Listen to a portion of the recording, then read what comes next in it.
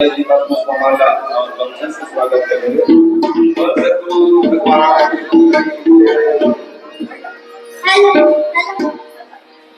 Click कर। Hello hello hello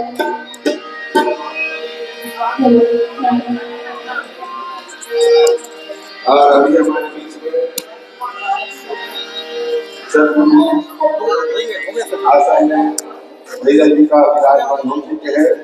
अब एक छोटा सा मत गायन 10 भैया जी की उद्बोधन और भैया जी से निवेदन है, गड़बड़ हो जाएगी ठीक है ना?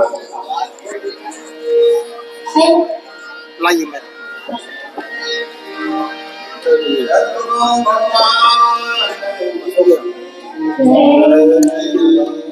और आपसे निवेदन है भैया जी, यहाँ एक मंदिर के तय किया है, यहाँ लाइट सिस्टम है और आपको जानकारी है कि किसी से आप उधर है वही लाइट सिस्टम है।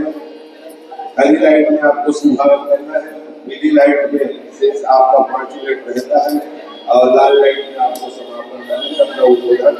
ऐसे आपसे निवेदन है और मोदी जी को आदरणीय से निवेदन है, एक छोटा सा पद गाया 10 भैया जी का उपदेश हम सब सुनेंगे। सदगुरु भगवान की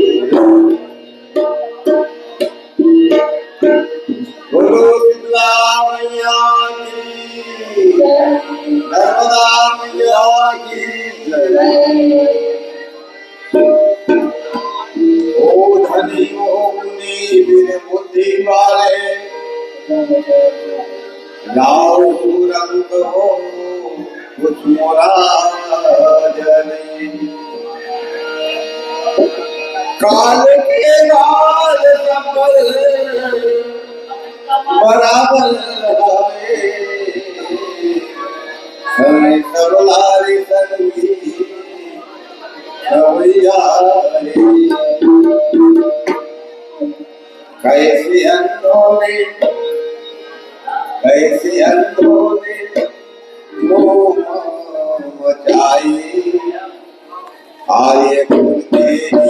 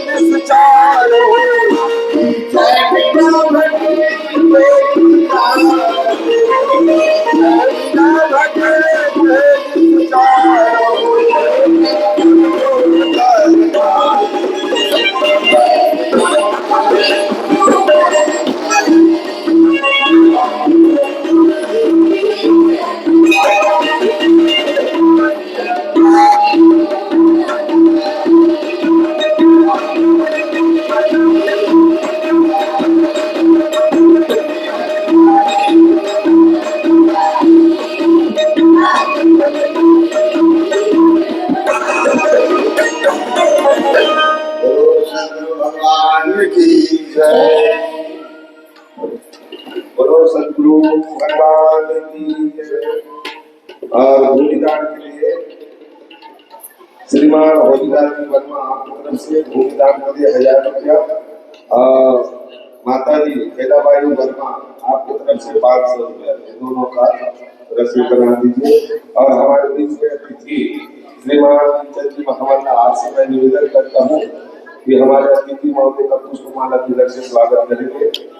10 पंचायत जी का उद्बोधन आप छत्तीसगढ़ के संस्थापक महोदय और हमारे वरिष्ठ समाज सेवक और साथ में जिस प्रांगण में वहाँ के आप संचालक भी हो, ऐसे महान गुरु जी हमारे बीच में पधारे। मैं आपसे निवेदन करता हूँ कि आप हमारे देवी जी का पुष्पमाला तिलक से स्वागत करेंगे, ऐसे आपसे निवेदन। लिंचन जी महामल्ला।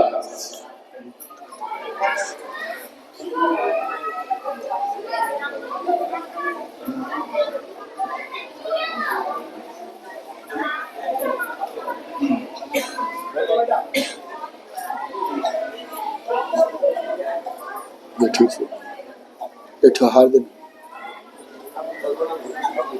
अच्छा ठीक दे दे, एक बाहर तो दे।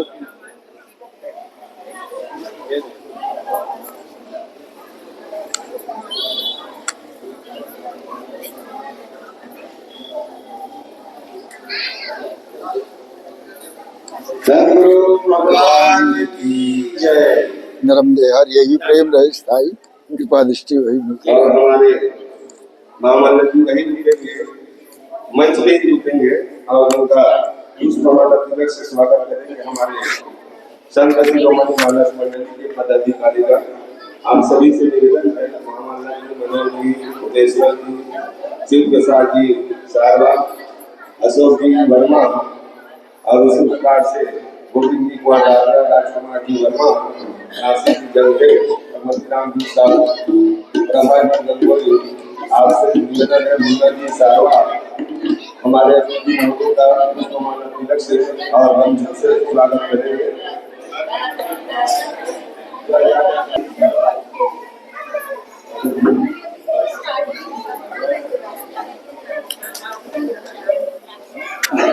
अभी हमारे बीच में श्रीमती सरिता कावरे जो पूर्व पार्षद रही हमारे बीच में, भूतपूर्व पार्षद, आपसे निवेदन है कि स्वागत का पहले जी पुष्पमाला तिलक से स्वागत करेंगे। उसी प्रकार से हमारी कन्या आपसे भी निवेदन है कि आप भी आएंगे और महाराज जी के पुष्प से तिलक से स्वागत करेंगे। नर्मदे हर यही प्रेम रहे स्थायी, कृपा दृष्टि रही।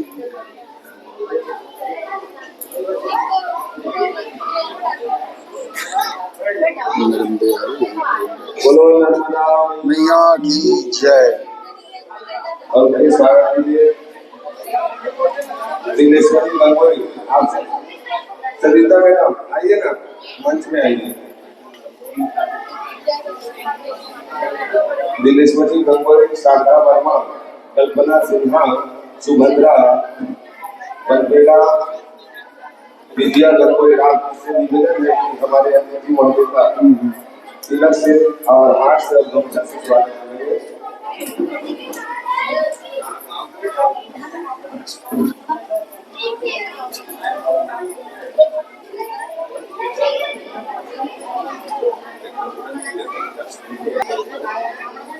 ओम ओम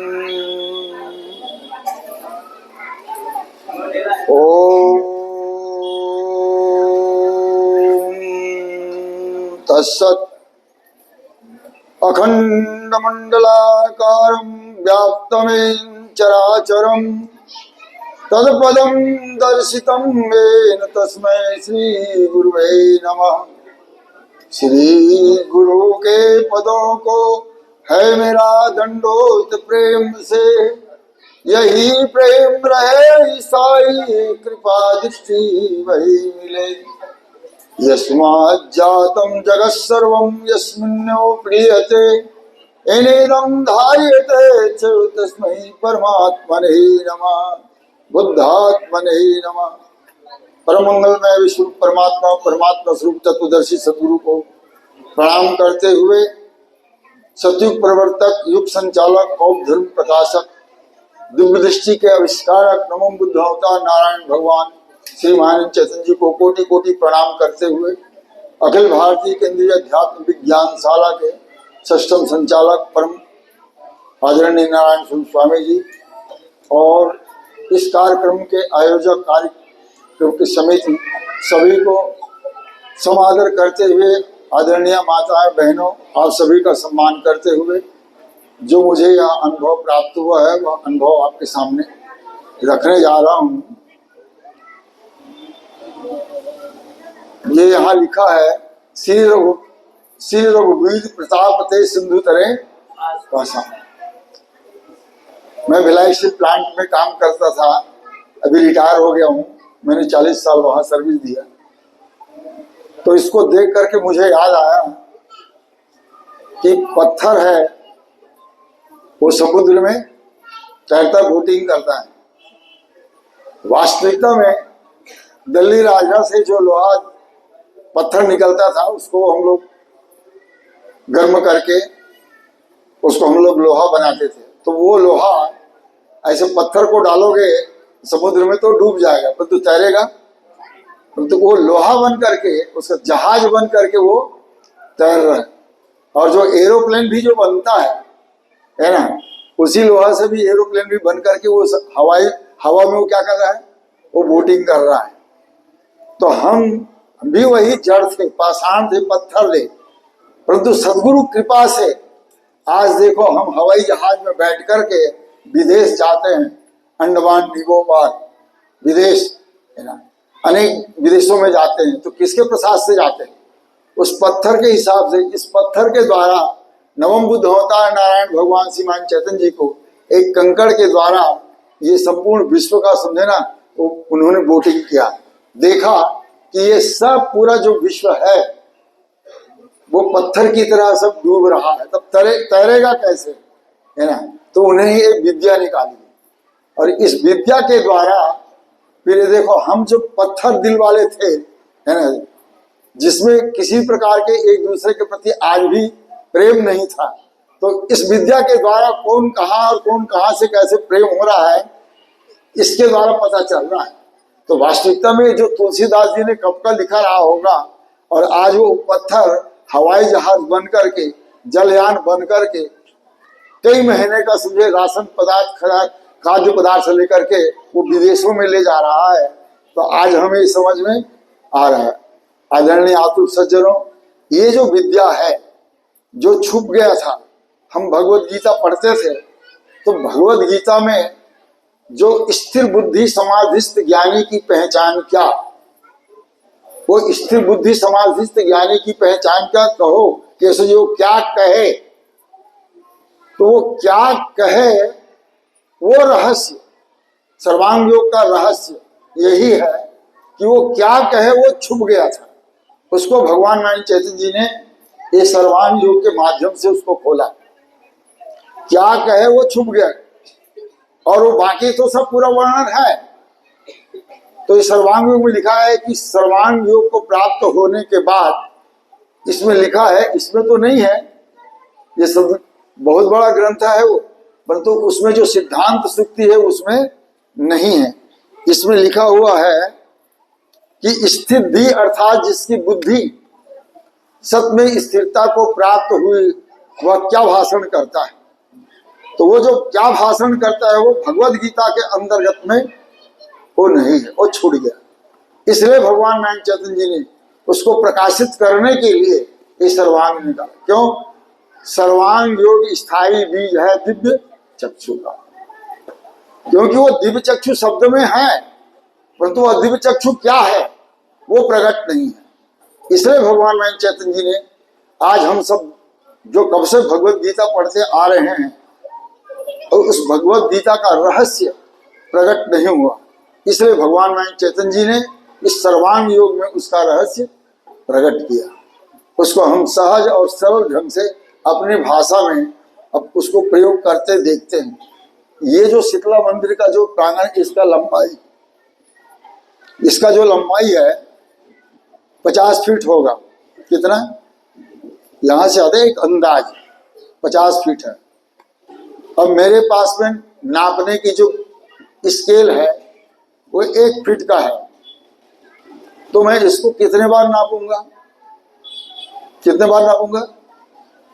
थोड़ा जोर से बोले तो संवाद है। और जिसके पास 25 फीट का है वो कितने बार नापेगा? और 50 फीट का है वो। बस ठीक इसी प्रकार से भगवान नारायण चैतन्य जी ये विश्व का नाप बतला रहे हैं। ये विश्व का जो तमोगुणात्मक बुद्धि है, क्षर बुद्धि है ना, वो कितने बार नापेगा? तो ये जो नाप रहा है, वो जिसको नाप रहे वो कितना है, वो तो एक ही है ना, परंतु नापने का तरीका, अब जिसके पास जो स्तर है उसी स्तर से इसको नापेगा। क्षर बुद्धि है, क्षर बुद्धि की दृष्टि से नापेगा, परंतु किसको नापेगा? जो है उसी को ही नापेगा। जो अक्षर बुद्धि है वो अक्षर बुद्धि से नापेगा, और जो तत्वदर्शी सद्गुरु बुद्धि पुरुषोत्तम बुद्धि है तो उससे नापेगा। तो जिसको नापा जा रहा है वो कितना है? ये संपूर्ण विश्व एक ही है, और इस एक को ही समझने के लिए भगवान ने एक ही वस्तु में जानो कल्पित भाव निज रूप लखाने को वेदों में कल्पना की है। बुद्धि में स्थित होए मैं ही संपूर्ण विश्व हूं, अकंप धारणा बैठे गया द्वैत समाधि से। सोने के टुकड़े को क्या कहेंगे हम? बोलो भाई। लकड़ी के टुकड़े को, लोहे के टुकड़े को, चांदी के टुकड़े को, तो ये विश्व के टुकड़े को क्या कहेंगे? ये ठीक, क्योंकि मैं विश्व का टुकड़ा हूं, क्योंकि भिन्न भिन्न दिख रहा है ना, तो ये विश्व का टुकड़ा क्या होगा? तो बुद्धि में स्थित होए मैं ही संपूर्ण, I am the whole unified universe. बुद्धि में स्थित होए मैं ही संपूर्ण विश्व। जब तक हमारे पास विश्व दृष्टि नहीं होगा तब तक ये रहस्य समझ में आने वाला नहीं है। अर्थात इस विश्व को समझने के लिए holistic vision of the universe, उच्चतम समग्र विश्व दृष्टि, उच्चतम का मतलब होता है हाई, हायर और हाईएस्ट। वो फटाफट पकड़ेगी वो। तो उच्च है ना, उच्च, उच्चतर और उच्चतम, सुपरलेटिव डिग्री। उसी प्रकार से हमारे पास जो बुद्धि है, पहले प्राइमरी बुद्धि से इसको समझते हैं। प्राइमरी बुद्धि से समझेंगे तो क्या क्या समझ में आएगा, जो है वही, उसी को ही समझना है प्राइमरी बुद्धि से। तो प्राइमरी बुद्धि से समझते हैं तो हम इसको 5 ज्ञानेंद्रियों के द्वारा हमने क्या समझा कि ये जो दिख रहा है ये अग्नि है।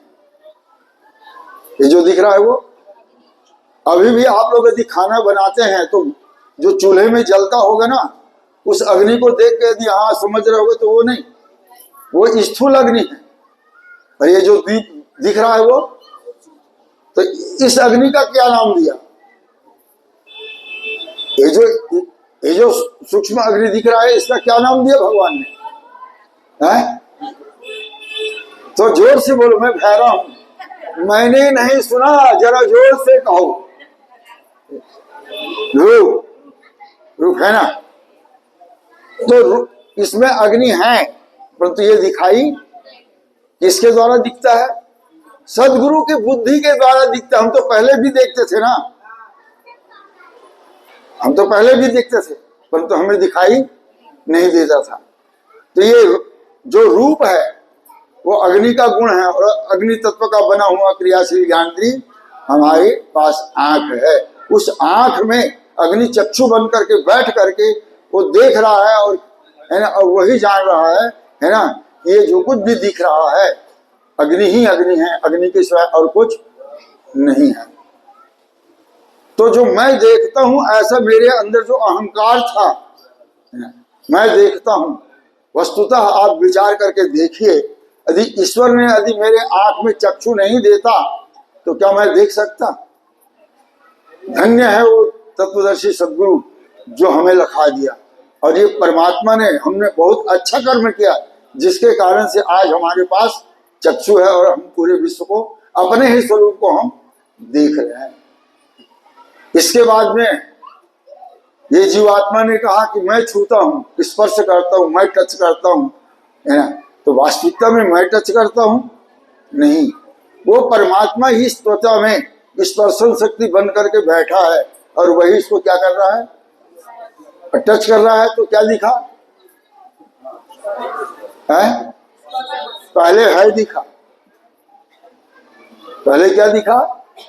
है दिखा। इस है का नाम तत्वदर्शी सदगुरु ने, इसका नाम स्पर्श कहा। तब हमने स्पर्श कहना शुरू किया, नहीं इसके पहले हम जानते नहीं थे, है ना। हालांकि हम टच स्क्रीन चला रहे हैं, है ना। तो वास्तविकता में जो वायु है हमारे इस शरीर में घनीभूत होकर के स्पर्शन शक्ति के द्वारा वो अपने को ही देख रहा। और मैं क्या कहता था? देने वाला ने दिया वह भी दिया किस स्थान से, लेने वाला ने लिया और का उठा अभिमान से कि मैं छूता हूं। आदरणीय आप सज्जनों, हमारे पास में अब तीसरा साधन है। भगवान कहते हैं इसमें शब्द है, शब्द है, इसमें शब्द है, स्थायी बजा के कान से सुनो। स्वामी जी ने हमें कल ही सुबह बताए थे, जो हम बोल रहे हैं वो परोक्ष है कि अपरोक्ष है? अपरोक्ष है। जो बारीकी से सुनेगा वही पकड़ में, उसी को पकड़ में आएगा। तो बता रहे इसमें शब्द है, स्थायी बजा के कान से सुनो। ये अपरोक्ष है, परंतु क्या प्रकट हो गया? क्या नहीं। इस क्रिया का महत्व है। हम और आप बैठे रहे चुपचाप, है ना, तो इसका कोई महत्व नहीं है। महत्व तो वो है कि हम श्री गुरु के पदों को है मेरा दंडवत प्रेम से, प्रेम से जब हम इसके साथ क्रिया करेंगे तो वो क्या होगा? भय प्रगट कृपाला दीन दयाला कौशल्या हितकारी हर्षित महतारी मुनिमन हारी। अद्भुत रूप, अद्भुत रूप ये जो दिख रहा है वो कब से दिख रहा है, कब तक दिखेगा और कब तक दिखता रहेगा, ये समझ में नहीं आएगा। जो नहीं देखा नहीं सुना, जो मन हो न समाए, सो सब अद्भुत देखूं, वर्ण वर्ण कौन विधि, किस विधि से मैं इसका वर्णन करूं। वही तो भगवान कृष्ण को भी अर्जुन पूछ रहा है, तुमको चाहने वाला किस विधि किस में है जानूं मैं, किस किस भाव से कैसे मैं आपका ध्यान। खोल के वो आत्मयोग और विभूति जनार्दन, फिर से कहो प्यासा हूं मैं विज्ञान। और आज अमृत पीने के लिए बड़े बड़े ज्ञानी लोग क्या कर रहे हैं, कोई जप कर रहा है, कोई तप कर रहा है, कोई यज्ञ कर रहा है, कोई व्रत कर रहा है, उपवास कर रहा है। क्या इस सब साधन के द्वारा उसको अमृत की प्राप्त हो गई क्या? नहीं हुआ ना। तो उसका मेहनत बेकार जा रहा है कि नहीं जा रहा है? जब तक के इस अमृत को प्राप्त नहीं करेगा तब तक वह अमर हो ही नहीं सकता। अमृत को प्राप्त करेगा तभी तो अमर होगा। इसलिए भगवान श्री मानंद चैतन्य जी 6वें अध्याय के आखिरी नंबर के श्लोक में कह रहे हैं कि सर्वशक्ति इसी में है ज्ञानी का। जो शब्द ज्ञानी है उसका ध्येय है कि मैं अमृत को प्राप्त करके क्या हो जाऊं, अमृत को प्राप्त कर लूं। वो नाक रगड़ता रह जाएगा परंतु ये अमृत तत्व उसको प्राप्त होने वाला जब तक तत्वदर्शी सदगुरु के सामने जाकर के दंडवत प्रणाम नहीं करेगा। माने ऐसा नहीं कि लकड़ी जैसा दंडवत प्रणाम नहीं, समर्पण भाव। भाव क्या होना चाहिए? समर्पण होना चाहिए।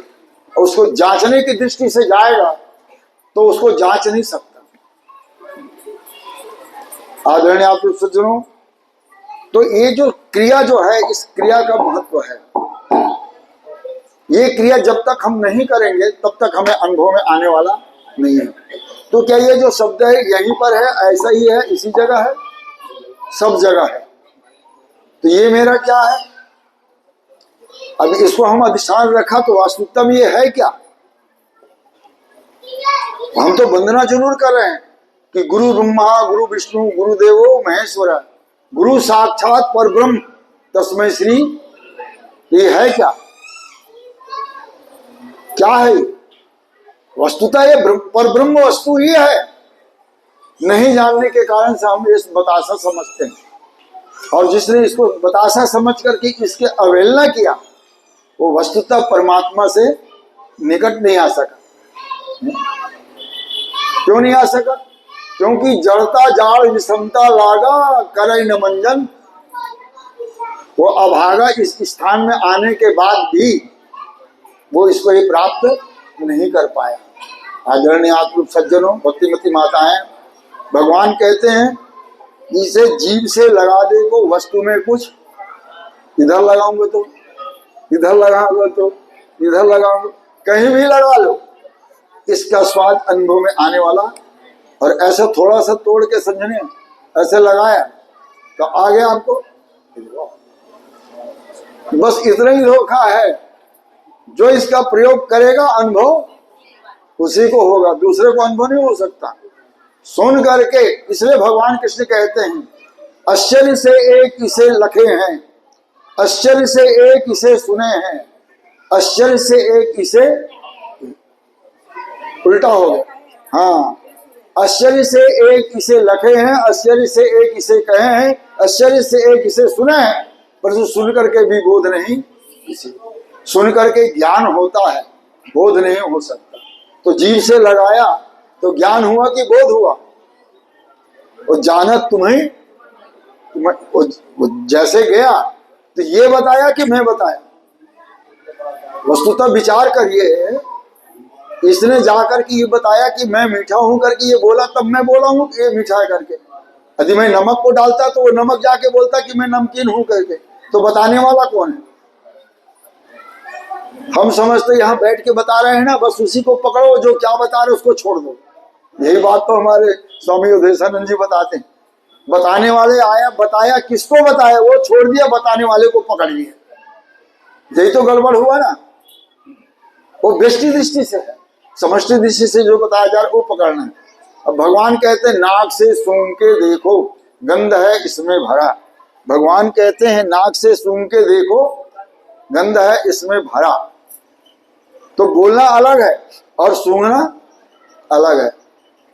मेरे पास भी एक चश्मा है, मैं प्लांट में काम करता था पहले पहले, जब मुझे मिला ये विद्या तो मैंने कहा कि सर जी इसमें गंध है, नाक से सूंघ के देखो। तो मेरा जो मैंने ये जो सुपरिंटेंडेंट था उसने कहा कि क्या बात करते हो, इसमें कोई गंध है? हम लोग आपस में काम करते, भट्टे वही था, तो भट्टा था। तो मैंने सूंघ के बताया इसमें नाक है, नाक इसमें गंध है करके सूंघा, उसने भी सूंघा, इसमें है ही नहीं है ना, आप खाली गोल गोल घुमाते हो। क्या बताना चाहते हो बताओ ना, दिखाओ ना, गोल गोल घुमाते। ऐसे ही बड़े बड़े बुद्धिमान व्यक्ति होते हैं ना, हमको गोल गोल घुमाते रहते हैं। पर तो अपनी बुद्धि को कभी गिरवी मत रखना, वो हमें घुमाने के लिए कुछ न कुछ घुमा देगा, पर तो हमको जो निश्चय है उस निश्चय में अडिग रहना है। तो हमने कहा कि इसमें गंध है, उसने कहा नहीं है। देखना चाहते हो? हाँ मैं देखना चाहता हूँ। मैंने उसका चश्मा पकड़ा और भट्टे में डाल दिया, जल रहा था। जब उस जला तो उसमें से क्या निकला? गंध निकला। तो मेरे चश्मा जला दिया, चश्मा जला दिया। आपको गंध आ रहा है कि नहीं आ रहा है? तो बोला हाँ आ रहा है। ये पैसा पकड़ 1000, जा चश्मा ले लेना। पर तू दिखा कि नहीं दिखा? वो दिखा भैया, नमस्कार की। उस दिन से फिर वो अपने सामने बैठाना शुरू किया। नहीं तो क्या समझता था ये थर्ड क्लास लेबर है, इनसे कुछ होने वाला।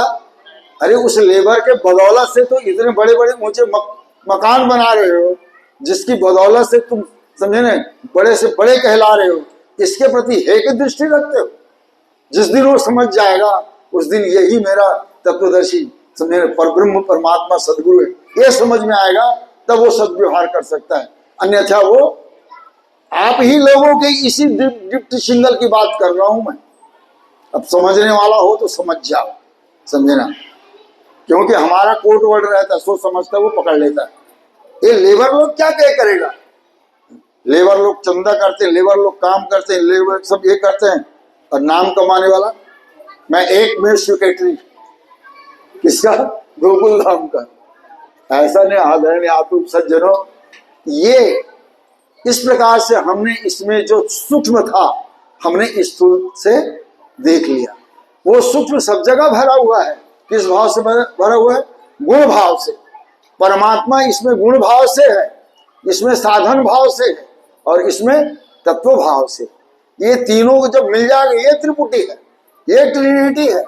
यदि इसमें आप गूगल में सर्च करके देखोगे तो आपको स्वाभाविक मिल जाएगा। ये त्रिपुटी योग के द्वारा ही जाना जा सकता है, और एक बार जान लिया तो उसके बाद में अभ्यास छोड़ दिया तो उनको सफलता मिलने वाला नहीं है। अर्थात इसको हर पल हर क्षण, यदि मैं पिताजी से व्यवहार कर रहा हूं तो वो कौन है पिताजी? वो मेरा परब्रह्म परमात्मा है।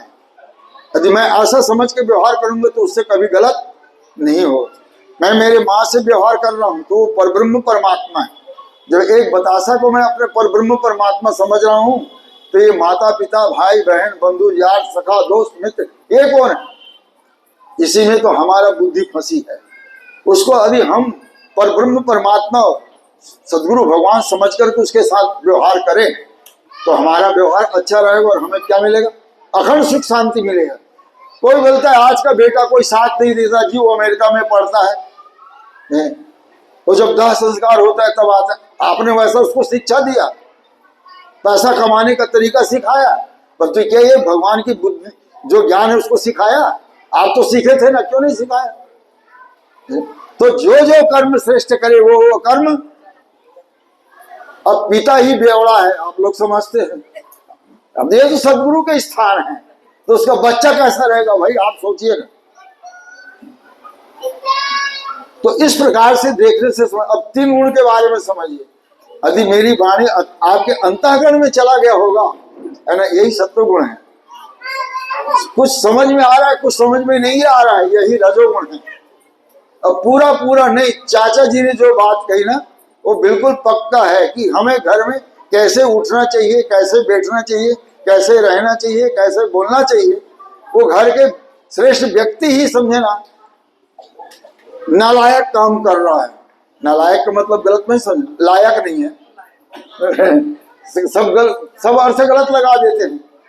इसलिए भगवान ने कहा ना, यद्यपि दूराचारी एक दृष्टि भजे मुझे तो उसको साधु ही जानो सतपाची का। तो वो नालायक नहीं है, वह लायक है, परंतु व्यवहार करने नहीं आ रहा है। आदरणीय आप तो सज्जनों, ये 3 गुण के बारे में बता रहे हैं। इसमें हम भी के साथ मिलाते हैं तो हमको सत्वगुण प्राप्त होता है। ऐसे ही ये जो विश्व जो दिख रहा है, इसके साथ हम कैसे व्यवहार करें। सत्वगुण से व्यवहार करेंगे तो सत्वगुण मिलेगा, रजोगुण से व्यवहार करेंगे तो हमको सुख दुख मिलेगा, और तमोगुण से व्यवहार करेंगे तो हमको क्या मिलेगा। तो ये मानव जीवन कैसा है, जैसा बना लो वैसा है। यदि इसको रोगी बनाना है तो रोगी बनाओ, खूब खा, समझे ना, और रोगी बना लो। अब भोगी बनाना है तो भोगी बना लो, अब योगी बनाना है तो ये मानव जीवन। योगी मतलब क्या, योगी का मतलब होता है 1 सेकंड भी ये ईश्वर से कभी भी वो अलग, इसका नाम है योगी। आदरणीय आतु सज्जनों, इस प्रकार से एक 3 गुण का जो लीला हम अन्न के द्वारा खाते हैं, तो अन्न से ही खाते क्या, आंख से भी खाते, कान से भी खाते, नाक से भी खाते, मुंह से भी खाते, त्वचा से भी खाते, मन से भी खाते हैं, बुद्धि से भी खाते। वही हमारे इस शरीर में कब बात बन करके क्या होता है, कूदता है, स्थूलता पाए, इसी से स्वरूप बोध के लिए फिर मन बुद्धि अहंकार बन के, तो या क्या धन दौलत कमाने के लिए अब मन बुद्धि अहंकार बने, कमाओ ठीक है, परंतु हमारा लक्ष्य है मैं कौन हूं ये जानने के लिए, स्वरूप बोध के लिए। तो ये दिख रहा है वो कौन है, ये मेरा ही स्वरूप है, ऐसा मैं जान जाऊंगा तो मेरे स्वरूप से मुझे कैसे व्यवहार करना है। इतने बड़े दिव्य चक्षु प्राप्त होकर के तो मैं तो गरीब आदमी हूं भाई, समझे ना, मेरे पास कुछ नहीं है, तो इतना बड़ा दिव्य दृष्टि लेकर के अभी तक के क्या मक्खी हाँक रहा था है। जबकि भगवान कह रहे कि इस विद्या के द्वारा किसने क्या चीज नहीं पाया। भगवान पूछ रहे उसको क्या नहीं मिला, और नहीं मिला तो उसकी त्रुटि है उसी में, ये भगवान बताए। मेरा इसमें कोई त्रुटि नहीं है, भगवान ने तो सब कुछ दिया। अब उसके बाद में हमें व्यवहार करने नहीं आता है, प्रयोग करने नहीं आ रहा है, योग करने नहीं आ रहा है, फिर भी बोल रहा मैं गरीब आदमी हूं।